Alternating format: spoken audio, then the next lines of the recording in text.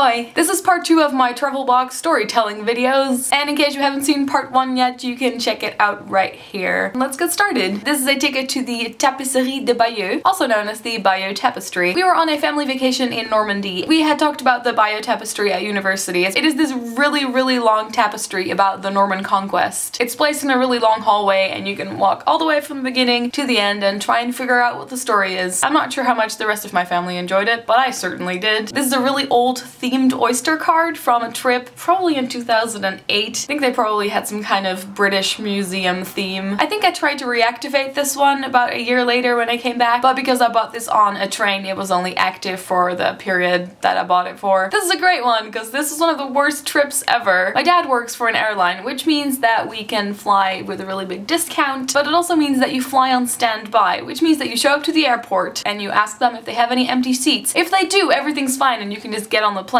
But there's also a chance that they don't, and then you have to wait until the next flight, and if that flight is full, you have to wait until the next flight. This is what I've been doing for the last couple of years when I've been traveling by myself, and it's always been fine. So I've had some very stressful trips. But this time we were going with all 5 of us, my parents, my 2 brothers, and me. We were going to Edinburgh, which is like a 30-minute flight. My dad said it would be fine. My mom had some doubts. We spent over 12 hours at Schiphol Airport, and we probably missed about 6 flights. Then finally at midnight we were allowed on a plane. I think one of my dad's colleagues was flying on that plane. He was allowed to sit in the cockpit, and my brothers and my mom got to sit business class, and I got to sit on the folding seat next to the air hostess. That's basically what's happened to me in the past couple of years. About 70% of the times I end up sitting on the folding chairs, and then if I get lucky, the other 30% will be in business class. Every flight is an adventure. Here are some more troublesome travel stories. It's actually one of my favorites to tell because it was hell at the time, but looking back at it, it was hilarious. It was a trip I was taking with one of my friends to London. First we take a train down from Amsterdam to Brussels, and then we go on a train from Brussels and we arrive at St. Pancras. We arrived at Brussels right on time. There'd been like a million delays before, which always happens, but we got there in time, and there was this huge line of people and everyone was panicking. We asked for some information, and basically